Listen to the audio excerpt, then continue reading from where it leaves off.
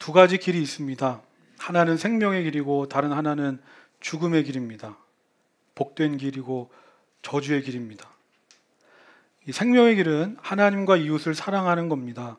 예수님이 말씀하신 사랑을 묵상하고 행하며 하나님의 온전하심 같이 우리도 이제 온전하게 되는 겁니다. 반대로 죽음의 길은 여호와를 경외하지 않는 길입니다. 하나님의 말씀에 눈과 귀를 닫고 하나님의 통치를 거부하며 돌이키지 않는 겁니다. 성도님들은 그러면 이 두 가지 길 중에 어떤 길을 선택하시겠습니까? 이렇게 묻는다면 여기 있는 분들은 생각해 볼 것도 없이 다 생명의 길을 선택하실 겁니다. 그런데 이번엔 이 질문을 조금 다르게 해보겠습니다. 마태복음 19장을 보면 부자 청년이 예수님께 찾아와 묻습니다. 내가 어떻게 해야 영생을 얻을 수 있습니까? 예수님께서는 그 청년에게 10계명을 열거하시면서 그 계명을 다 지키면 영생을 얻을 수 있다고 말씀하십니다. 이에 청년이 대답합니다. 나는 이 모든 거 다 지켰는데 아직도 무엇이 부족합니까? 예수님께서 말씀하십니다. 마태복음 19장 21절. 예수께서 그에게 말씀하셨다. 네가 완전한 사람이 되려고 하면 가서 네 소유를 팔아서 가난한 사람에게 주어라. 그리하면 네가 하늘에서 보화를 차지하게 될 것이다. 그리고 와서 나를 따르라. 이 말씀 그대로 가진 소유를 다 팔아 가난한 자들에게 나눠주고 와서 나를 따르라는 겁니다. 그러자 조금 전까지만 해도 아주 당당했던 부자 청년이 성경을 보면 근심하여 예수님을 떠났다고 말합니다. 저는 이 부자 청년을 보면서 오늘 우리의 모습을 보게 됩니다. 당연히 우리는 죽음의 길이 아니라 생명의 길을 선택할 것이고 나는 지금까지 생명의 길을 걸어왔다고 생각하며 살았습니다. 그런데 예수님께서 부자 청년에게 물으셨듯이 조금만 질문을 바꿔서 나에게 다시 질문해 본다면 여러분 뭐라고 대답하시겠습니까? 부자 청년도 예수 믿는 사람입니다. 자기 나름대로 영생에 대한 갈급함, 목마름이 있어서 예수님께 나올 정도였습니다. 그런데 그런 부자 청년에게 있어서 실은 예수님보다 더 소중한 마치 우상과 같은 재물이 있었는데 그 재물과 예수님 중에 선택하라고 하니까 조금 전까지만 해도 당당했던 그가 근심하여 돌아가는 것처럼 오늘 내가 가장 귀하게 여기는 그 무언가와 예수님을 선택하라고 한다면 오늘 우리가 정말 그 생명의 길 되시는 예수님을 선택할 수 있겠습니까? 오늘 사무엘상 6장입니다.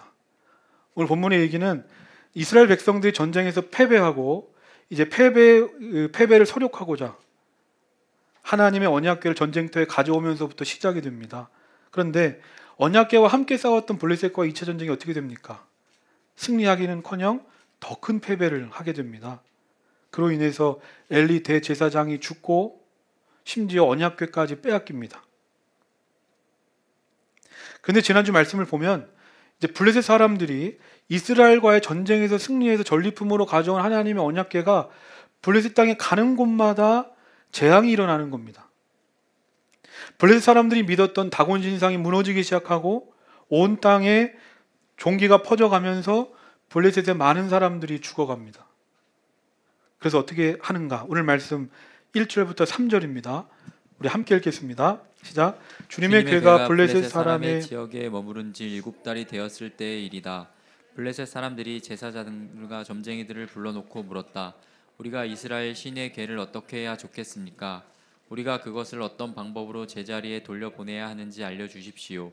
그들이 대답하였다. 이스라엘 신의 궤를 돌려보낼 때 그냥 보내서는 안 됩니다. 반드시 그 신에게 속건 제물을 바쳐야 합니다. 그러면 병도 나을 것이고 그 신이 왜 여러분에게 형벌을 거두지 않았는지도 알게 될 것입니다. 저는 오늘 본문을 읽으면서 가장 눈에 들어왔던 말씀이 오늘 말씀 1절입니다. 언약궤가 블레셋에 들어와 재앙을 일으키고 시간이 얼마나 지났다는 겁니까? 7개월이 지났습니다. 7개월. 이게 뭘 말하는 겁니까? 아, 인간은 정말 변하지 않는 존재구나. 다곤이 무너지고 또 재앙을 통해서 하나님의 살아계심과 능력을 직접 보고 경험했습니다. 그러면 무엇부터 해야 됩니까? 지금까지 자신들이 신이라고 믿었던 우상을 버리고 지금이라도 하나님을 주인 삼고 하나님을 따라갔어야 했습니다. 그런데 블레셋 사람들은 자신들의 살고 죽는 것이 다곤이 아니라 하나님께 있음을 알면서도 여전히 하나님을 믿으려 하지 않았다는 겁니다. 그렇게 7개월의 시간이 지났습니다. 이것이 얼마나 안타깝고 어리석은 일입니까?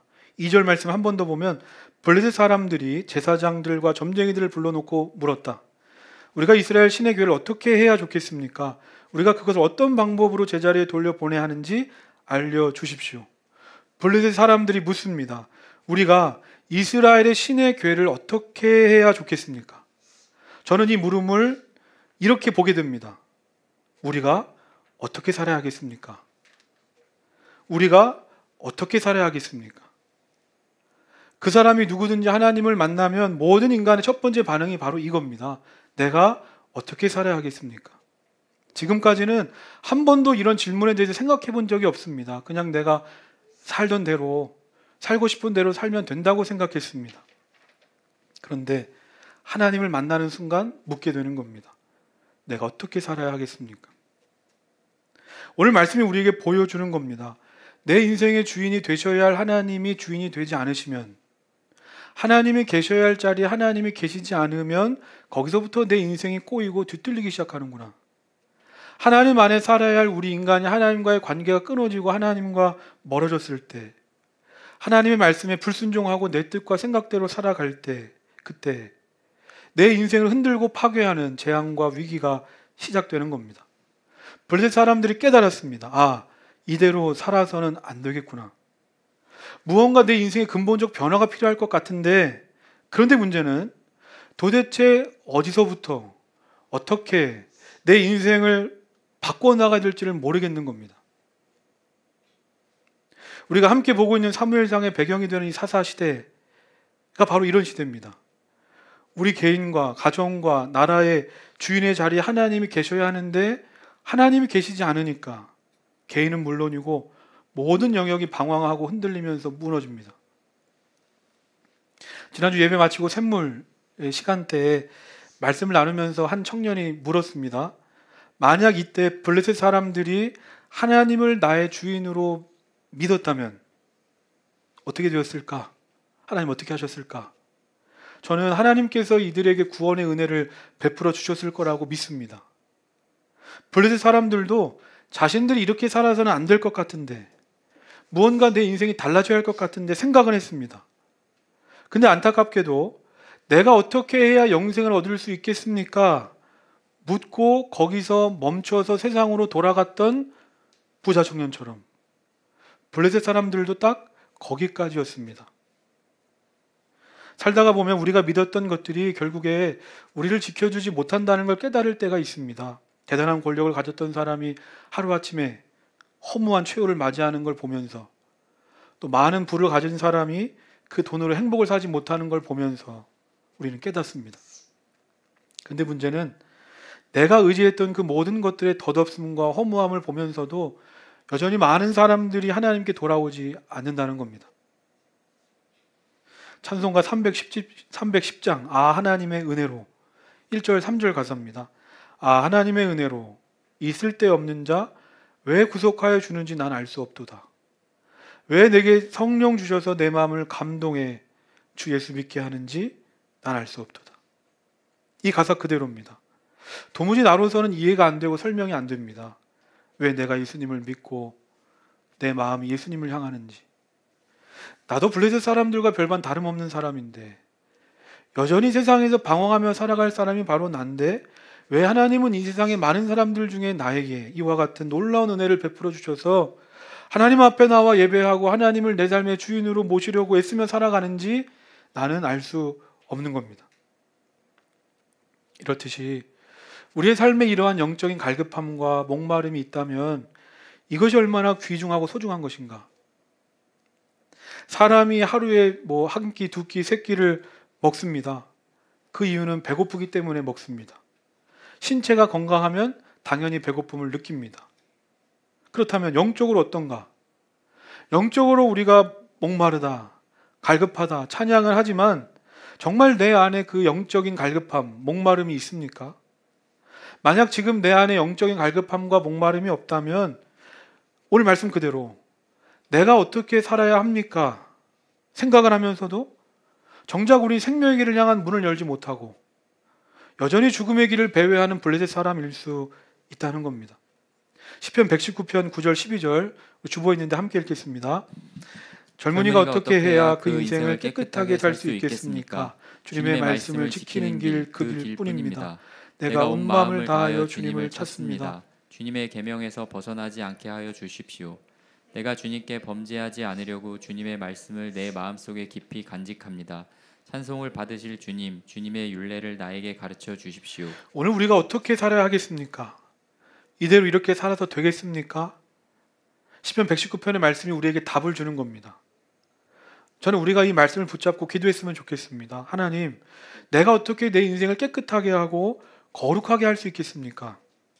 나에게는 선한 것이 없기 때문에 하나님께로 갑니다. 하나님, 나에게 하나님을 향한 갈망과 목마름을 주셔서 하나님을 만나는 일에 힘쓰게 하옵소서. 단순히 하나님이 어떤 분인지 아는 단계를 넘어서 하나님을 내 삶의 주인으로 믿고 따르는 열망, 열심을 나에게 허락하여 주옵소서. 기도하시기를 바랍니다. 블레셋 제사장과 점쟁이들의 조언대로 이제 하나님의 언약궤를 이스라엘의 속건제 형식에 맞춰서 다시 이스라엘로 보내기로 합니다. 그렇다면 이 속건제가 뭔가? 속건제는 성물에 손실을 입힐 경우 그 값의 5분의 1을 더해 드리는 제사가 바로 속건제입니다. 그러니까 블레셋 사람들이 어떻게 이스라엘 백성들의 제사법을 알았는지는 모르지만 자신들이 이 언약궤를 빼앗아서 언약궤의 거룩성을 손실했으니까 속건제를 드리면 재앙이 떠날 것이라고 생각했습니다. 그래서 4절 보면 금으로 만든 악성 종양 모양 5개, 그리고 금으로 만든 쥐 모양 5개를 속건제물로 만들어서 언약궤와 함께 수레로 이스라엘로 보내기로 결정합니다. 그러면 왜 5개인가?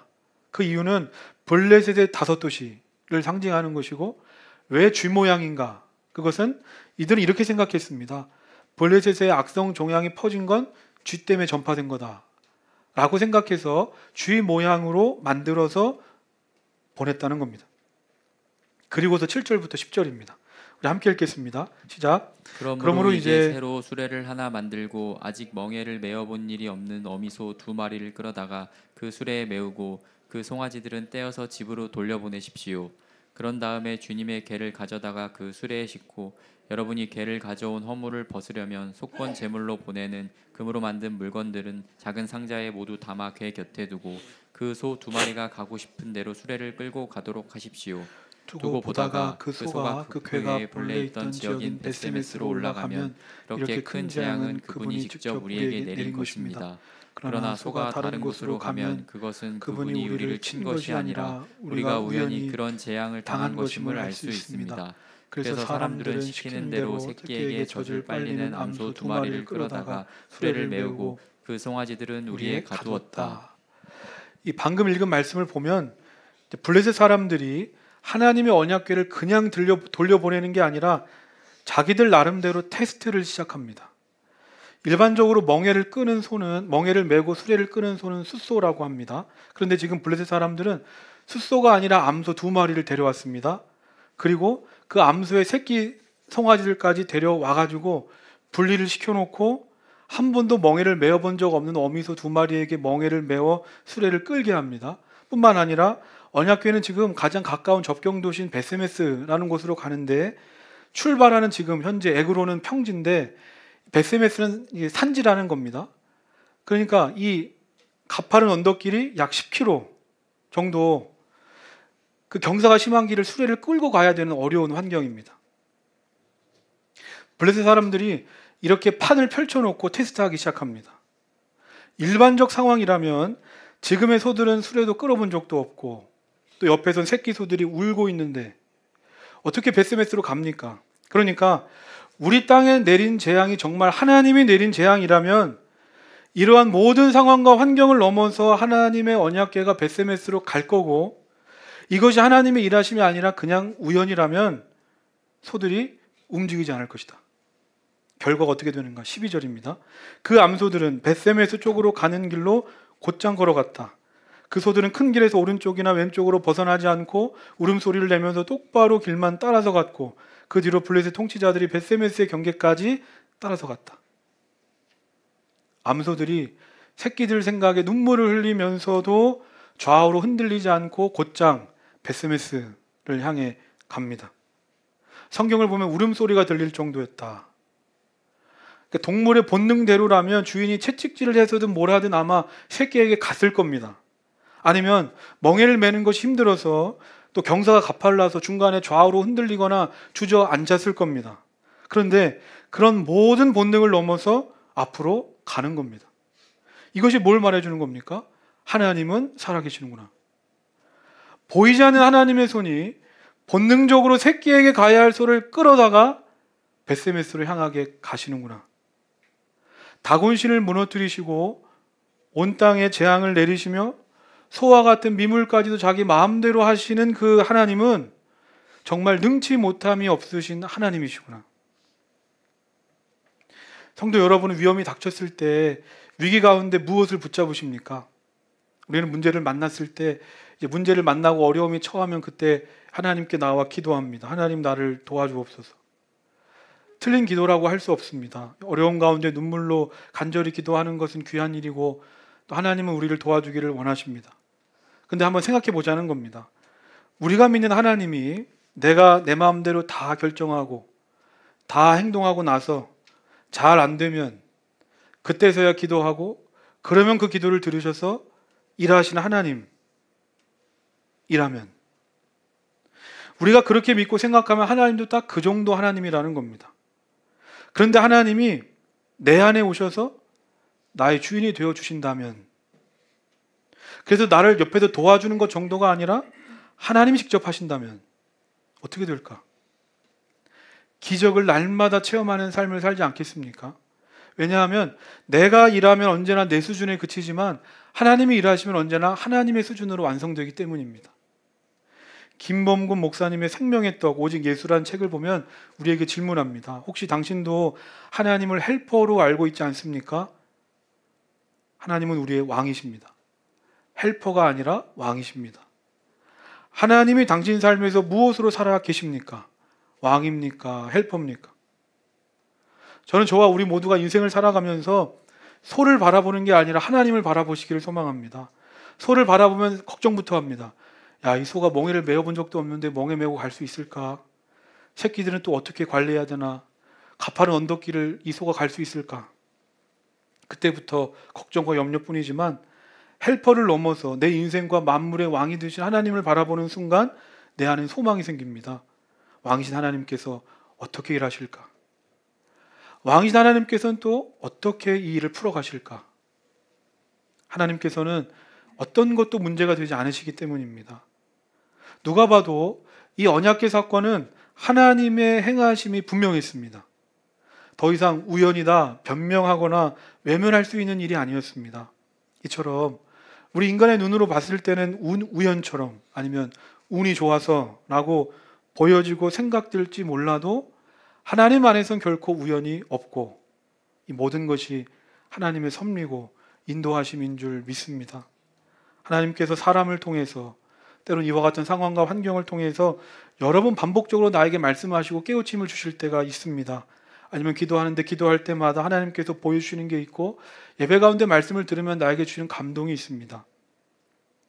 그때 이것은 우연일 거야, 아니면 다른 이유와 지금 나의 상황을 말하면서 변명하거나 외면하지 마시고 아멘으로 반응하시고 순종하시길 바랍니다.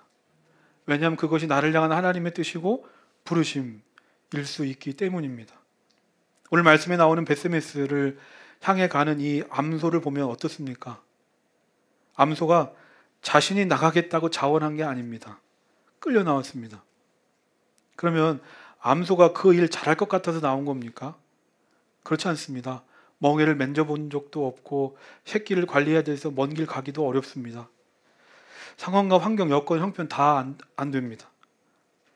그런데 하나님이 부르셨기에, 하나님이 나를 끌어오셨기에 믿고 헌신하는 겁니다. 헨리 나우엔의 분별력이란 책을 보면 그 마가복음 14장 10절을 이렇게 해석합니다. 주보에 있는데 제가 읽겠습니다. 12 중에 하나인 가룟 유다가 예수를 넘겨주려고 대제사장들에게 감해. 헨리 나우엔은 이 말씀에서 가룟 유다가 예수를 넘겨주려고, 즉 예수께서 넘겨졌다에 주목합니다. 예수께서 넘겨졌다. 책의 내용입니다. 예수님이 체포되는 이야기의 핵심 주제는 넘겨지는 것이다. 넘겨지는 것을 기준으로 예수님의 삶은 철저히 두 부분으로 나뉜다. 앞부분에서는 진취적인 계획과 활동으로 가득하다. 예수님은 말씀하시고 설교하시고 치료하시고 여기저기 다니신다. 그러나 넘겨진 직후부터 예수님은 자신에게 벌어진 일을 그대로 당하셨다. 체포당하시고 대제사장 앞에 끌려가시고 빌라도 앞에 끌려가셨다. 머리에는 가시관이 씌었고 십자가에 못 박히셨다. 예수님은 아무것도 할 수 없었고 사람들이 그분에게 이런저런 일을 행했다. 예수님은 다 이루었다고 말씀하셨다. 그러나 이 말은 단순히 내가 하고 싶었던 일을 모두 다 했다라는 뜻이 아니다. 예수님의 말씀에는 이런 뜻도 있다. 내 소명을 이루기 위해 내게 이루어져야 하는 일들이 내게 이루어지게 했다. 즉 예수님은 자기 스스로 했던 것들 뿐만 아니라 넘겨짐을 통해서 자신의 소명을 이루셨다는 것이다.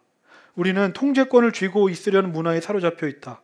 우리의 자존감은 대개 능동적으로 살고 주도권을 쥐고 인생의 방향을 설정하는 능력에 기반을 두고 있다.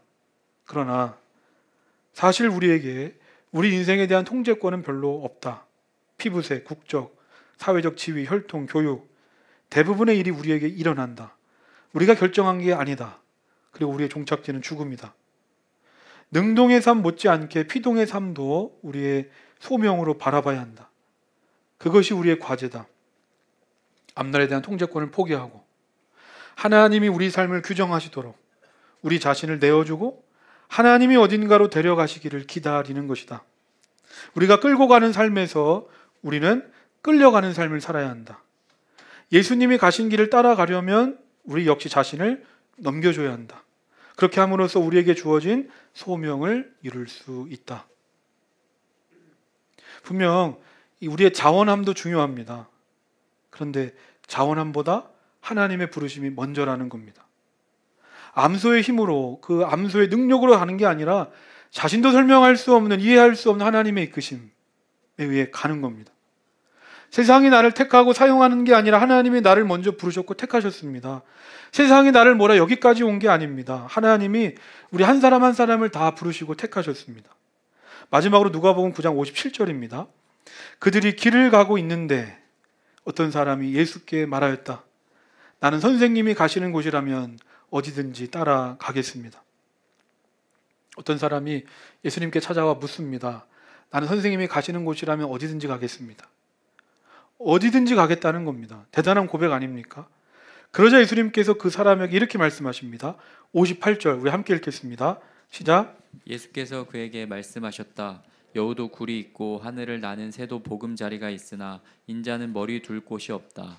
예수님이 가시는 곳이라면 어디든지 따라가겠습니다 라고 말하는 그 사람에게 예수님은 이렇게 말씀하시는 겁니다. 정말 네가 그러냐? 내가 가는 길은 집도 없는 떠돌이 길인데 세상적 부귀영화는 정반대 길인데 정말 네가 나랑 같이 갈 수 있겠느냐? 그러자 어떻게 됩니까? 이후에 그가 어떻게 대답했다라는 기록도 없고 그는 사라져 갑니다. 뭉뚱그려 생각하면 어디든지 갈 수 있다. 어렵지 않아 보입니다. 죽음의 길이 아니라 생명의 길을 선택하는 것 당연한 것이고 나도 충분히 그 길 갈 수 있다고 생각했습니다. 하지만 예수님께서 말씀하신 것처럼 예수님을 따라가려면 내 삶의 변화가 일어납니다. 그 과정에서 희생도 어려움도 찾아옵니다. 말 그대로 예수님이 말씀하시면 그곳이 어디든지 따라가야 하고 어떤 일이든지 순종해야 하기 때문입니다. 처음에 예수님을 믿을 때는 예수님께 다 드릴 수 있고 예수님을 위해 무엇이든지 다 할 수 있다고 생각했습니다. 근데 시간이 흐르면서 세월이 지나가면서 점점 더 예수님을 위해 살아가는 시간, 마음, 정성이 사라져갑니다. 하나님을 믿는다고 하면서도 내가 가야 할 길을 가지 않고 내가 가고 싶은 길로만 갔기 때문입니다. 여러분 어떠십니까? 예수님을 따르기에 가장 어려운 영역이 있다면 그게 뭡니까? 어디든지 갈 수 있습니다 라고 자신 있게 말하긴 했지만 제발 그곳만은 예수님이 말씀하지 않으셨으면 하는 그곳이 어디입니까? 그 일, 그 영역까지 하나님께 넘겨지게 되시기를 소망합니다. 내가 스스로 결정하고 행동하는 걸 넘어서 한번 하나님이 이끄시는 길을 가보자는 겁니다. 때론 그 길이 내가 원하지 않은 길이고 피하고 싶은 길일지라도 내가 그 길까지 갈 때 비로소 우리는 하나님께서 나에게 맡겨진 사명을 온전히 감당하게 되는 줄로 믿습니다. 오늘 말씀을 기억하면서 우리 함께 찬양하겠습니다.